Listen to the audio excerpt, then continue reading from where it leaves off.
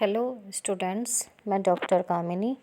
Today we shall study experiential learning, अनुभवजन्य अधिगम, जिसे हम प्रायोगिक शिक्षण भी कहते हैं। यह एक ऐसी प्रक्रिया है जिसके माध्यम से छात्र पारंपरिक शैक्षणिक सेटिंग के बाहर प्रत्यक्ष अनुभवों से ज्ञान, कौशल और मूल्यों का विकास करते हैं। पारंपरिक सेटिंग मीन्स क्लासरूम शिक्षण के अतिरिक्त हम जो कुछ भी बाहर एक्सपीरियंस करते हैं, लर्निंग बाय डूइंग, करके सीखना, उनसे जो हमें ज्ञान प्राप्त होता है उससे हमारे अंदर मूल्य और कौशल का विकास होता है। एक्सपीरियंशियल लर्निंग में हम पुस्तकीय ज्ञान को महत्वपूर्ण नहीं मानते हैं। पुस्तकीय ज्ञान क्या है? वास्तव में बुकिश नॉलेज है, जिससे हमारा मानसिक विकास तो हो जाता है लेकिन व्यावहारिक ज्ञान प्राप्त नहीं हो पाता है। एक्सपीरियंशियल लर्निंग में निम्न सभी बातें शामिल हैं: प्रतिबिंब, महत्वपूर्ण विश्लेषण और संश्लेषण।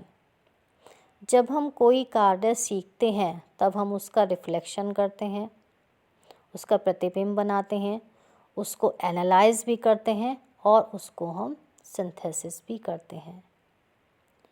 नेक्स्ट, छात्रों को पहल करने, निर्णय लेने, परिणामों के लिए जवाबदेह होने के अवसर मिलते हैं।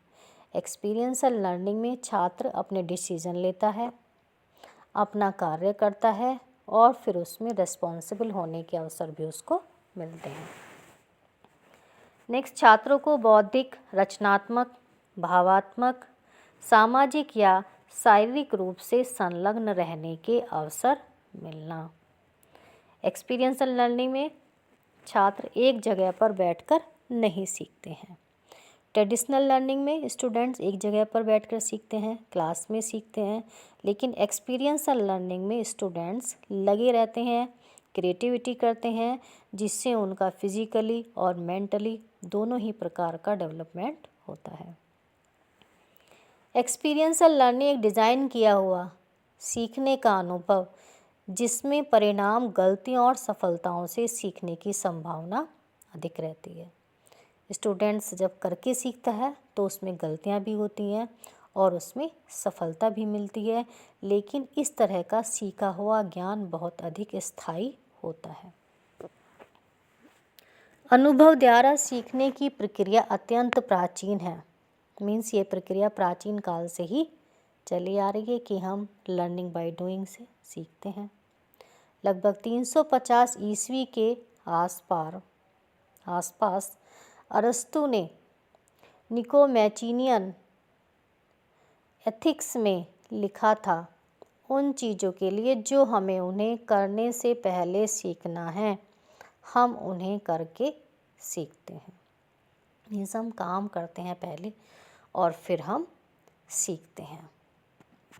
डेविड ए कॉल्ब ने एक्सपीरियंशियल लर्निंग के आधुनिक सिद्धांत को विकसित करने में मदद की और उसके बाद जॉन डीवी, कर्ट लेविन आदि ने एक्सपीरियंशियल लर्निंग पर बहुत अधिक प्रकाश डाला है। एक्सपीरियंशियल लर्निंग के उद्देश्य: छात्रों के ज्ञान के साथ साथ स्किल्स को विकसित करना ही एक्सपीरियंशियल लर्निंग का उद्देश्य है। मीन्स छात्र जब करके सीखते हैं तो उनकी नॉलेज तो डेवलप होती है, फिजिकली, मेंटली उनका डेवलपमेंट होता है और इसके अलावा उनमें स्किल्स के डेवलपमेंट होता है, जिससे कि छात्रों को सीखने के साथ साथ संतुष्टि का अनुभव भी होता है। एक्सपीरियंशियल लर्निंग के लाभ: फर्स्ट, ज्ञान को तुरंत लागू करने की क्षमता। मीन्स स्टूडेंट किसी काम को करके सीखता है तो उसको ज्ञान तुरंत ही प्राप्त होता है। नेक्स्ट, वास्तविक समय की कोचिंग और प्रतिक्रिया तक पहुंचना। छात्र कोई एक्सपेरिमेंट करते हैं तो तुरंत ही सीखते हैं, तुरंत ही उसमें प्रतिक्रिया तक पहुंचते हैं, रिजल्ट भी तुरंत ही उन्हें मिलता है। टीम वर्क और संचार कौशल को बढ़ाना। टीम वर्क, सहयोग की भावना, छात्र एक ग्रुप के रूप में काम करते हैं और उनमें कम्युनिकेशन स्किल का भी विकास होता है। चिंतनशील अभ्यास की आदतों का विकास करना, छात्र किसी काम को करके सीखते हैं तो उनमें सोचने समझने की प्रवृत्ति भी डेवलप होती है। वो सीखते हैं कि हमें इसमें क्या और डेवलपमेंट करना था या हमें इसमें क्या और अच्छा हम कर सकते हैं। कोल्ब ने एक्सपीरियंशियल लर्निंग साइकिल दिया है। कोल्ब इस साइकिल के फाउंडर माने जाते हैं। इस साइकिल को हम ऐसे समझ सकते हैं जैसे number 1 concrete experience. Concrete experience, concrete means मूर्त। दूसरा रिफ्लेक्टिव, नेक्स्ट एब्स्ट्रैक्ट और last active. Concrete experience, concrete means मूर्त, किसी चीज़ को हम काम करके सीखते हैं, देख करके सीखना। और नेक्स्ट रिफ्लेक्शन, रिफ्लेक्शन करना, चिंतन करना, मीन्स हमने कोई काम किया और फिर हम उसके बाद में सोचें कि ये इसमें क्या अच्छा हो सकता है और इसको हम कैसे बेहतर बना सकते हैं। Next abstract, conceptualisation. Abstract means अमूर्त, कंक्लूड करना, मीन्स हमने सोचा क्या अच्छा बनाया जा सकता है, कैसे अच्छा बनाया जा सकता है, हमने उसको कंसेप्ट बनाया। जैसे हम कोई लेक्चर ले रहे हैं, हमने सोचा इसको और अच्छा कैसे बनाया जा सकता है। बीच बीच में हम क्वेश्चन ले भी सकते हैं, नहीं ले सकते हैं, या बीच में हमें क्वेश्चंस नहीं लेने चाहिए, हमें क्वेश्चन लास्ट में लेने चाहिए। मीन्स हमने उसको सोचा, आइडिया में लिया हमने उसको। और नेक्स्ट हमारा एक्टिव। एक्टिव मीन्स किया हमने उसको, प्रैक्टिकली उस पर काम किया, उसको हमने अप्लाई किया। इन चारों स्टेप्स को पूरा करने के बाद ही इफ़ेक्टिव लर्निंग होगी। कोल्ब ने कहा कि प्रत्येक बच्चे का अलग अलग लर्निंग स्टाइल भी होता है। लर्निंग साइकिल तो होता है, लर्निंग स्टाइल भी होता है। सभी अपने अपने तरीके से लर्न करते हैं।